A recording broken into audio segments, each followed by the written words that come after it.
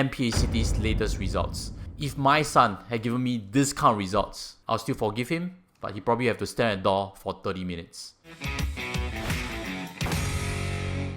Let's start with the summary table that we can see in the first quarter 2024 report. Over here, you see at the top, gross revenue has slipped slightly year on year. Actually, for REITs, it's actually common to expect that revenue to grow because typically there's some embedded inflation to it. So slipping slightly, not too big of an issue, but also not too nice. Next part, property operating expenses has dropped. That's good. But all in all, net property income has remained flat. When we invest in REITs, it owns real estate. And in doing so, usually there's leverage. That's why the next item, net finance costs, is what I'd like to draw your attention to. This has spiked up 9.8% when we compare year on year. Later I'll show you when we compare quarter on quarter what is the jump, and it's actually not too good also. Because of this, the total distribution amount has dropped and the total DPU distribution per unit has plunged by 4.1% when we compare year on year. Offhand, this is not too good already because DPU is what matters to us as investors. And the reasons mentioned in the presentation, there is some forex losses, there are current market headwinds in Japan and China, I'll touch on it in a while, and there's also higher interest rate in Sing dollar, Hong Kong dollar and Japanese borrowing. This leads us to the first problem that I've picked up looking at the latest results for MPACT, and it is actually that finance costs has unexpectedly shot up. If we compare year on year, because of the interest rate environment, yes, it is expected that it will be higher. But what I did not expect is that when we pull in fourth quarter 23 versus first quarter 24, the jump in net finance costs was from 56 million to 59 million. That is a big 5.3% jump quarter on quarter. Actually, when I checked third quarter 23 to fourth quarter 23, it was actually a slight dip, which was comforting to see. But right now, it's shooting back up again.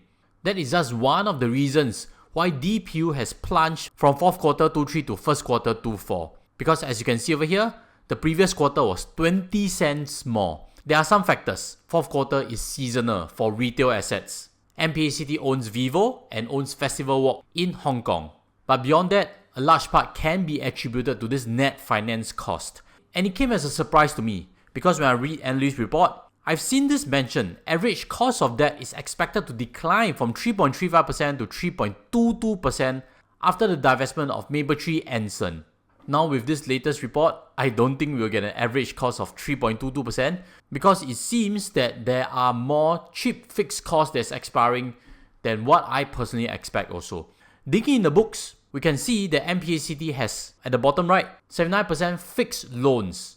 And when we read further, of this fixed loan, a large part is Sing dollar, ranging from 0.39 to 4.09%.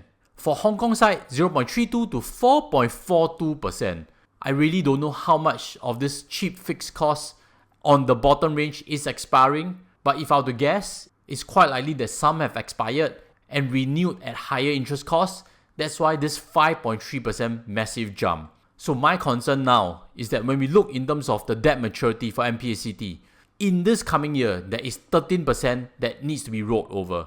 As we know, 79% is fixed. Is a lot of this that's expiring this year going to be those at the low end scale? If it is, that means MPACT's interest cost could actually still inch up from here. I thought the worst for interest cost is over for MPACT. It's a problem, but not the only one. Let's move on to the second problem that I picked up, which is Festival Walk is not on track for full recovery. In fact, it has regressed. Festival Walk, based in Hong Kong, is the biggest asset of MPACT, and it actually came from the merger with MNACT. It is the third biggest contributor in terms of income. So how it performs really matters to MPACT right now. Let me pull this up for you to see. Hong Kong retail sales performance and net tenant sales. Surprisingly, Hong Kong's retail sales has actually dipped massively for the last quarter. Higher outbound travelling has been blamed for that. But the other reason quite clearly is that Hong Kong is not attracting a lot of tourists right now. The tourism number for second quarter, shopper traffic for Festival Walk has dipped slightly, but the problem is the tenant sales, falling by 14% year on year. On the right hand side, for first quarter 24, Festival Walk has clocked 857.8 million Hong Kong dollars. This number, if you compare the two pies in the middle, is clearly an inferior number to each and every quarter of the last 2 years. That is a bad tenant sales number coming in. I thought we were going to see recovery, but in the end now we are back to square one. The impact is still not yet found in terms of the net property income. Because what we can see over here is that first quarter 24, Festival Walk has actually driven $38.5 million of net property income. This is a growth compared year on year and only a slight decline from fourth quarter. But if tenant sales continue to be bad, this number cannot trend upwards, correct? Sorry to bring bad news, but bad or good, I try to mention over here and hopefully you appreciate it. If you do, smash on the subscribe. Follow me on this journey to reach 60,000 subscribers. Let's get there first. And in this process, you also get notified when you subscribe when I release new updates on MPACT as well as other top REITs in Singapore. And also, stay tuned right to the very end because I'll show you why I've actually sold down a bit on MPACT. Before I get there, let's move on to the third problem that I've discovered, which is MPACT's Japan assets need a lot of work. Let's look at the numbers first to understand the problem at hand. This over here, I've plotted year on year and quarter on quarter. You would see that year on year, Japan is the dark blue bar. And what we can see is that year on year, the net property income has dropped massively for Japan properties. And the worst part is to know that if we compare quarter on quarter, that pace of decline is massive. From 15.7 million to 13.3 million only, dropping by 2.4 million quarter on quarter. So what exactly is going on in Japanese assets? This over here is Q&A done with analysts. It's mentioned that MBay Point actually saw an exit of a key tenant, NTT Urban Development. We are navigating some occupancy challenges due to local market softness and lease expirations of NTT Urban as of 31st March and Seiko Instrument as of 30th June. These three properties contribute 6% to MPACT's gross rental income, so very sizable amounts. In layman terms, this also means that these two tenants have left. Market softness means it's hard to find a replacement. Then next, at MBT, the building is undergoing conversion from single tenant to multi-tenant following Seiko Instruments lease expiry. In layman terms, I think this means that we're going to convert the office and find many small tenants to replace whatever that's been let go from Seiko Instrument. We won't find another one to take up their entire previous space. Basically, this just means a lot of work. I'm not even sure if this is the worst yet for the Japanese properties, and it's somewhere that I think we need to pay new attention to. Because all in all, I've always thought China properties are the problem. Little did I know that Japanese properties are going to be the biggest drag in terms of performance growth. Again, Japanese assets came from MNACT, Mapletree North Asia Commercial Trust, but the fourth problem is going to come from Singapore assets. And it is Mapletree Business City actually gave a big letdown in performance. Let's pull up the portfolio occupancy rate to see what exactly is going on. On this list, you see that everybody saw a decline in occupancy other than China properties. This is a big surprise, but the biggest surprise is the big drop in Mapletree Business City MBC's occupancy rate from 96% to 92.8%. What exactly is going on in MBC? What I've discovered is that from first quarter 25, Google is expected to downsize by 2 floors. MBC has also lost Julius Baer, which is this private bank as tenant, but they have also secured someone.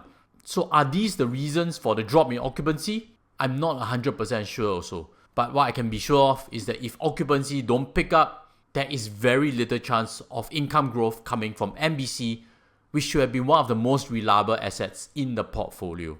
So all in all, 4 big negatives, and I couldn't find much silver lining from MPACT's latest results. If my son had given me this kind of results, I'll still forgive him, but he probably have to stand at the door for 30 minutes. This really isn't as good at all. Holding on to MPACT has been a painful journey for myself. And let me share with you transparently what I've done, which can be seen in this summary transaction.